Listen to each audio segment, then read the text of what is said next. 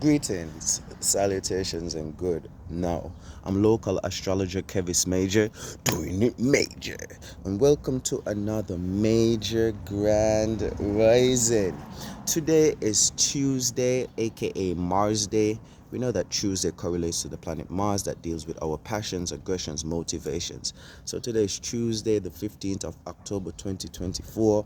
We are enjoying a beautiful Libra rising sun, and today we're going to continue part two of the major water trine that we're experiencing right now. Now, when it comes to sun being in Libra, because this is the grand rising, this is how we're going to express and externalize what is happening when it comes to the major water trine. All right, and let's break it down. Why is it major? What is it water? And what is a trine? All right, so for the most part, it's major because we have planets or energetic bodies in the spaces or in three water spaces. We have Mars in Cancer, we have Venus and Mercury in Scorpio, and we have Saturn and Neptune and the moon. We have Saturn in Pisces, we have Neptune in Pisces, and we also have the moon in Pisces. So that's a stellium in Pisces. We also, you could almost call that a stellium in Scorpio, and we have Mars in Capricorn. So we have planets in each of the water signs, and this forms a major grand trine. Yeah. So now, yesterday we spoke extensively about the water element. We also spoke extensively about the scorpionic phase or stage or house that we are about to enter in the next 8 days, and how relevant and important it is and significant it is for the Federation of St. Kitts and Nevis, specifically the island of St. Christopher. But now let's just break down the water trine, you know what I'm saying, and how it's going to affect us in a general sense. Now, when it comes to 1 second. All right, so the water element deals with connectivity, it deals with relatability, it deals with the essence of life on a deep level. Think about the feminine energy, think about a container, think about a womb where things could grow out of. Also, the water element, taps us into our mood because it's internal. It's the most internal aspect of ourselves that we could even fathom, you know what I'm saying? So our internal thoughts, our internal feelings, you know what I'm saying? Our internal dialogue, our internal world that we create for ourselves. Everybody has their own world that they live in, and water signs have their own world. So water deals with, you know what I'm saying, your own internal world that taps us into our moods. So this major water trine is going to affect us on an internal level, even down to a subconscious level, an unconscious level, because all of that taps us into what? The internal. Yeah, so water deals with internal, right? Now, if you think about it, our bodies is made up of what, about 70% water, but most of this water is where? Internal. You can't see the water on me, it's in me. So just know that for the most part, the major water trine is going to affect you internally, subconsciously, to do with your emotions and your feelings, not so much your actions, but you're going to act out these energies, these influences, and it is going to be expressed in a more Libra type of way, because I will have access to express it in a more Libra type of way because of where the sun's position is. Now let's break down what is a trine. If you've been following the content, you know that a trine is a gift, you know what I'm saying? We have the gift to create a holy trinity, because you have the cardinal aspect, the sparking aspect, the beginning type qualities, you know what I'm saying? How you could create a situation. We have the fixated quality or element, which is more consistent, which is more persistent, which is more headstrong, you know what I'm saying? What you need, the consistency. And then you have the mutable element, which is more changeable, which is more adaptable, which is more, you know what I'm saying, learning and being able to adjust. based on the situations. So you have energy in all of these aspects. You could create a situation, you could be consistent in a situation, and you could also be adaptable and changeable when it comes to the situations that we all experience on a day-to-day basis. Now we're talking about water, so this is more talking about your mood, you know what I'm saying, and what's happening internally. You could create a situation internally, you could consistent with your mood, understand me, and you could also switch your moods and adapt based on the circumstances, people, places that you're dealing with.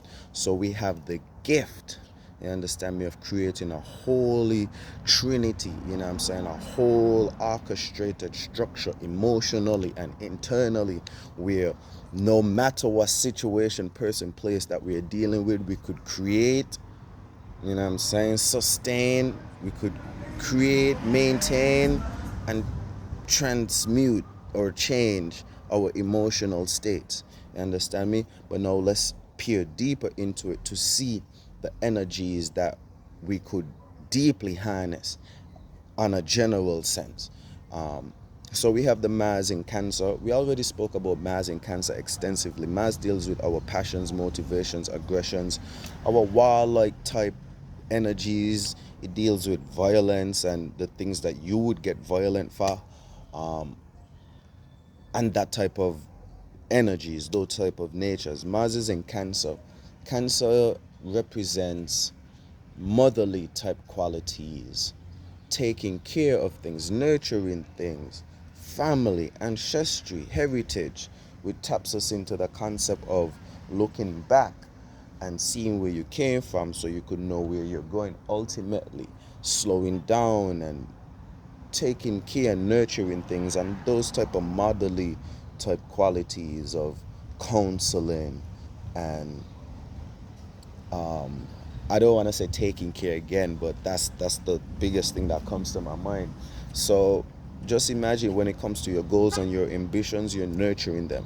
Understand me? And looking back and seeing where you came from to know where you're going. You know what I'm saying? Peering deeper into your ancestry and your heritage from a spiritual level all the way to a physical level of maybe trying to figure out who your great grandmother was, and maybe that would help you to go forward with your ambitions in a more purposeful way.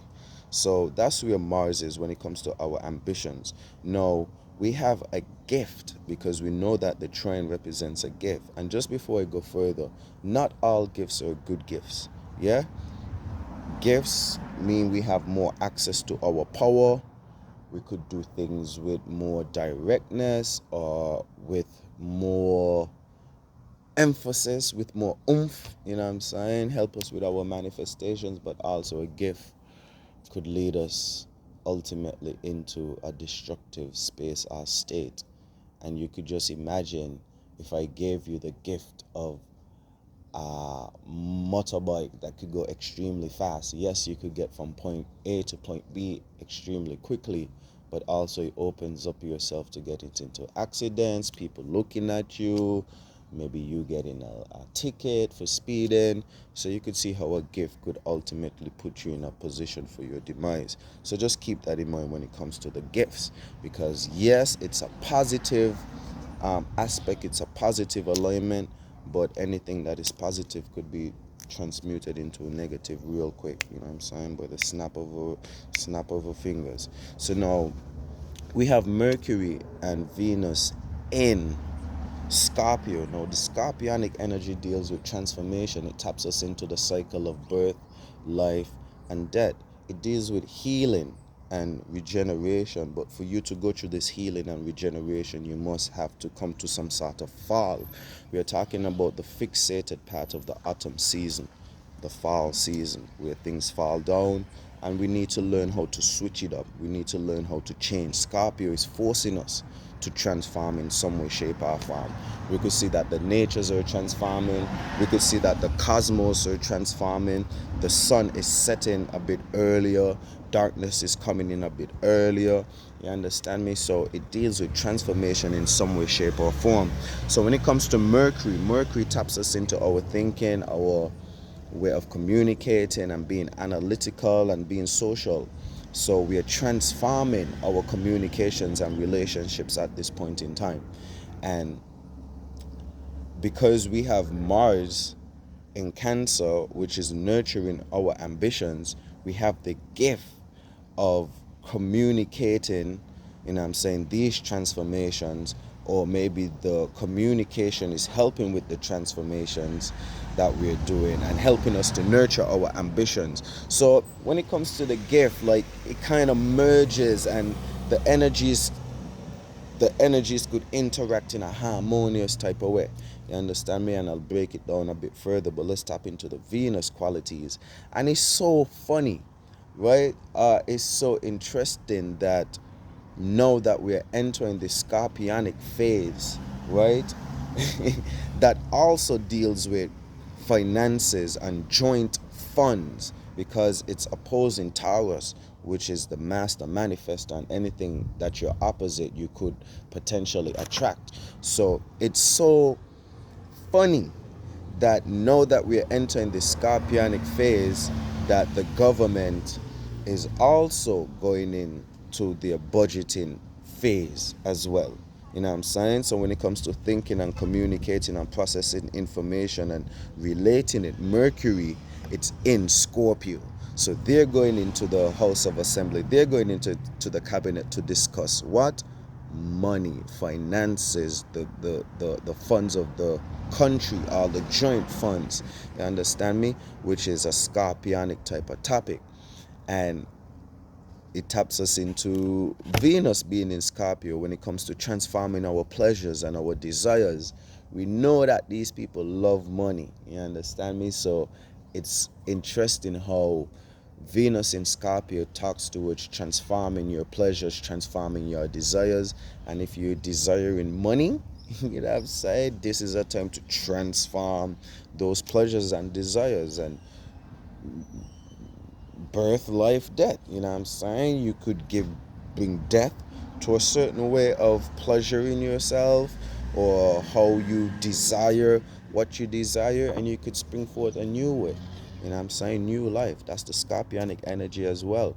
And this is the beginning of a great scorpionic stage in St. Kitts and Nevis, ladies and gentlemen. I can't stress it enough. And it's already began with Mercury and Venus being there. We know Mercury is more androgynous, so it's a more happy-go-lucky type energy. It could be feminine, it could be masculine, more on the masculine side because it's dealing with logic and thinking, but also being social and relatable and connecting with others because you're communicating. So you have to, you know what I'm saying, in some way, shape, or form, try to move people's mood, you know what I'm saying, which taps into the feminine type qualities. And Venus is more feminine as well. So these are two good energies to be in the Scorpio. Well, Venus doesn't necessarily like to be there, but it just depends on if you're adept to, you know what I'm saying, how to balance energies and how to transmute, and, you know what I'm saying, how to move in the spiritual realms. So we have transformation of relationships and communication, Mercury in Scorpio, transforming pleasures and desires. And this one is a bit deeper. I already broke down this alignment, specifically the Venus one in Scorpio, in a different video, and I think I need to do more videos talking about that one, because Venus is light, you know what I'm saying, surface, pleasureful, desires, love, but the negative aspect of Venus is very destructive when it comes to sacrifices and compromising and indulging, overindulging, and going overboard. So St. Kitts, because of the scorpionic energy, which a lot of people are naive to, right? Scorpio is always pushing us to transform, but a lot of times in St. Kitts, you could see it in the politics, you could see it in just people mentality. We still kind of fixated, you understand me, just stop and do the same thing and go overboard to the point where, well, shit, we need to transform you. You understand me? We need to have a vote on no confidence. We need to have a unity coalition. We need to, you know what I'm saying, take matters into our own hands and do an external type of transformation, because people are too fixated and they don't transform themselves. They get too stubborn and too fixated. You understand me? So let's slide on over to see what's happening in the Pisces house. We already know where Mars is in Cancer up there. We have Mercury and Venus transforming communications and our pleasure and our love in Scorpio energy. And now we have Saturn in Pisces and Neptune in Pisces.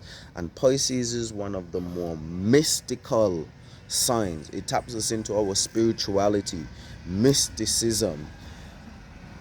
It is a dark, is a deep house, Pisces, you know what I'm saying? Because it's also dubbed the house of self-undoing.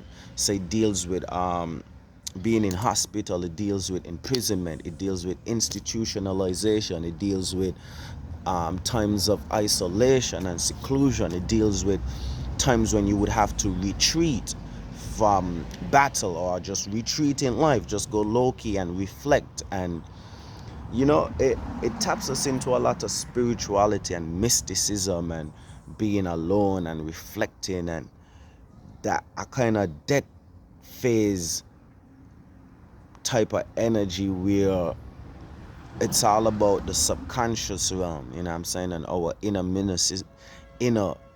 mysticism. It taps us into things that are unknown that could become known, you know what I'm saying, if you manifest it or if you will it to be in existence. It taps us into your dreams and illusions and fantasies.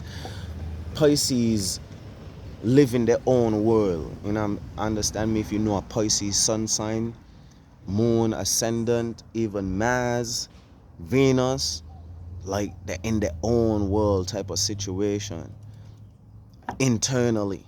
You understand? And because they're mutable, they could have one foot in their world and one foot in the real world, but you could never really know like what Pisces on. You understand me? But most likely they're into their own world, they're into their own subconscious realms, their own inner mysticisms, and a lot of times they may not even know what they're doing logically, because they are water signs, so they're going based on the mood and the feelings. Is a feeling type of sign. It's not a logical external sign, it's a more internal feeling sign. So when it comes to things being in Pisces, Pisces also deals with enemies too, unknown enemies. So when it comes to the Pisces energy and having Saturn here, Saturn deals with shaping, construction, taking authority. So we are shaping and constructing our unknown, shaping out our mysticism, shaping out our subconscious realm, shaping out our dreams, illusions, and mysticisms, the things that we dream about, the things that we it's not that you're passionate about it like Mars, or you really love these things like Venus. It's just more of a dream, something that you wish, you understand me, that could happen. And so Saturn being here is helping us to carve out and structure it out and organize it and come up with different ways of creating a status around what our dream is, what our fantasy is. So these type of aspects are quite elusive but very important, because we all have a dream, and if you don't shape out and organize and structure your dream, plan it out, put some boundaries and restrictions and limitations, like, okay, I'm going to spend X amount of time working on this dream, and you know what I'm saying, I'm going to put these sort of disciplines behind this dream so I could make this dream into a reality. I could bring it down into existence, you know what I'm saying. I could pull earth type like qualities around this water, you know what I'm saying, and you build out a dam situation, you know what I'm saying, and then you have a solid structure where you could drink your esoteric waters, and it's just not a dream in your mind. You understand me? You already did some practicalizations and built an actual structure out of your dreams, you know what I'm saying. You built something out of nothing. Spirituality, something out of nothing. You understand the Pisces energy now? So that's Saturn in Pisces, and Saturn is actually in retrograde. It should be in Aries, you know what I'm saying. and it's gonna be going direct into Aries in a few moments. We gotta be keeping our eye on that, because that's gonna be another major aspect when Saturn goes direct into Aries. But right now it's in retrograde, and retrograde energies deal with a lot of re energy. So reflecting, relearning, redoing, even regurgitating, anything to do with the re energy, revisiting. So Saturn is actually doing things that it has already done before, but you're just doing it to get, you know, a deeper understanding, overstanding, understanding of the things that, you did once before, and you just gotta do it again so you could remember re energy. We also have Neptune in Pisces, and this is like a double whammy, because Neptune, the planet Neptune, which, we never see a planet called Neptune, but the planet Neptune well, it taps us into, it actually rules Pisces. So it carries the same type of energetic frequency of the Pisces house that deals with dreams, illusions, fantasy, mysticism, things that are unknown, our subconscious realms, and our internal, not dreams, but our internal modes. You could just be in a mood internally, no matter what happening externally. What I'm saying? You're just in a certain type of mood, in a certain type of vibe, because you have your own world, your own story going on internally. So that is tapping us into the type of Neptune energy. And when Neptune is in Pisces, it just kind of electrifies this mysticism energy. So it taps us into our own spirituality, taps us in more into dreams and illusions, and even being creative, what I'm saying? Because we know that our mind could get real lucid and elusive, and we could start conjuring up different sorts of imaginations and storylines and visions and pictures in your mind, realms of realities based on the different internal modes. I'm saying that modes that and meditations that you're holding down. So we also have the moon in Pisces as well. So we are reacting and we are responding to our dreams, our illusions, our fantasies, our inner mysticism, our subconscious realms. So it's a real type of moody, elusive time if you actually try to pin all of these energies together, because we have Saturn shaping out and taking authority over our mysticism, our unknown, over our dreams. We have Neptune making us more elusive and more dreamy and having more dreams, you understand me? And being able to tap into our subconscious realm even on a more deeper level. And we have the moon there, so we're reacting and we're responding to these type of energies. And we have a gift to use all of this dreamy, elusive, creative, connective, relatable energy and direct it or align it with the mass, what I'm saying, which is our passions and our motivation, so we could become more motivated and more passionate and have more ammunition, what I'm saying, and more creativity when it comes to going towards our dreams and our ambitions and our goals and the business that you want to set up, and what I'm saying, the different hustles that you want to depend on and them kind of things, you check. And when it comes to communicating and the things that you love and pleasure, there's a transformation going on there, what I'm saying. So just imagine that, boom, you gain more creativity, you're bringing in more spirituality, what I'm saying. You can nurture this and use all of this creativity towards your business and towards your passions, what I'm saying. And then you're communicating, could be transformed, you're communicating in a different way, what I'm saying. You showing and expressing love in a different way, receiving love in a different way, you understand me. You're reacting and responding to your own world and your own inner mysticism, like it's a real jiggy time.